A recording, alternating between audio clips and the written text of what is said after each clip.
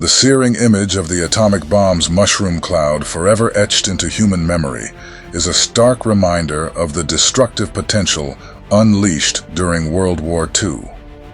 While the devastating impact of the bombs dropped on Hiroshima and Nagasaki by the United States is undeniable, a lesser-known story exists. That of Japan's own, far less successful, atomic bomb project. Codenamed the EFGO project, this endeavor stands as a testament to the complexities of scientific advancement during wartime and the vast disparities in resources that existed between the Allied and Axis powers. Germany achieved the first successful nuclear fission experiment in December 1938, led by physicists Otto Hahn and Fritz Strassmann. As the implications of this success spread, it instigated interest in several nations on the possible military use of this power. A brilliant Japanese physicist named Yoshio Nishina understood the possibility better than most. A global race had quietly begun. In 1941, following Japan's fateful attack on Pearl Harbor and the subsequent entry of the U.S. into the war, the flames of scientific inquiry were fanned by the winds of war. Minister of War Hideki Tojo, determined to secure victory for the Japanese Empire, ordered a formal investigation into the feasibility of developing nuclear weapons. Nishina played a key role in the research related to nuclear fission, which was a crucial aspect of developing atomic weapons. His involvement primarily focused on the theoretical and experimental aspects of nuclear physics relevant to nuclear weapons development, aka atomic bombs. Despite the initial enthusiasm, the EFGO project faced a multitude of hurdles from the very beginning.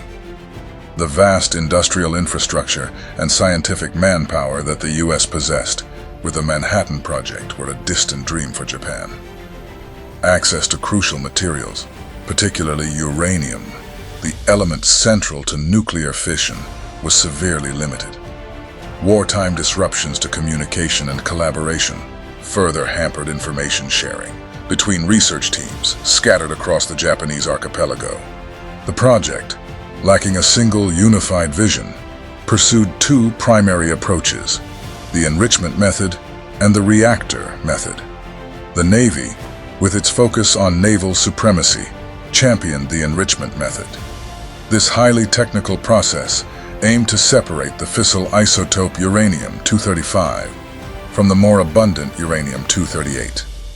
However, achieving this feat proved extremely challenging for Japan's limited resources. The process required sophisticated machinery, vast quantities of electricity, and a steady supply of uranium ore, all of which were in short supply. The Army, on the other hand, focused on a different approach, constructing a nuclear reactor to create plutonium-239, another fissile material. Leading this effort was physicist Takeo Arakatsu, a man determined to harness the power of the atom for the war effort. Arakatsu's team designed an ultracentrifuge, a machine capable of separating uranium isotopes through rapid spinning. Progress was made on reactor design as well, with a focus on heavy water reactors.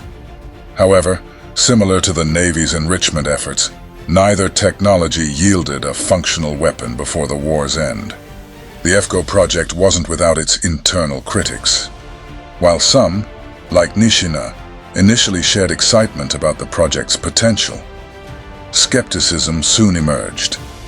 Nishina, a man of scientific integrity, began to question the feasibility of the project given the immense challenges.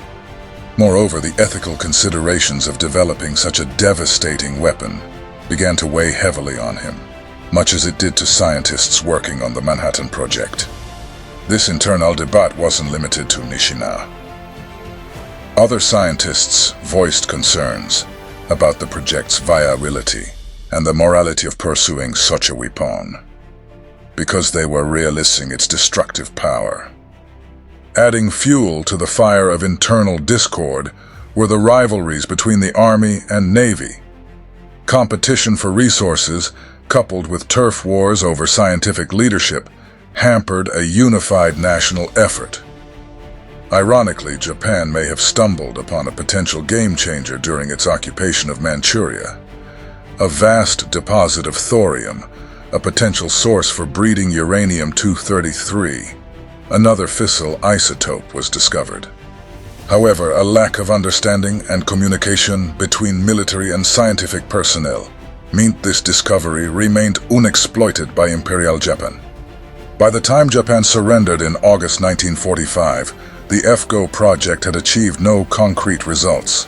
The atomic bombs dropped on Hiroshima and Nagasaki served as a stark reminder of the immense power the US had harnessed, a power Japan could only dream of possessing.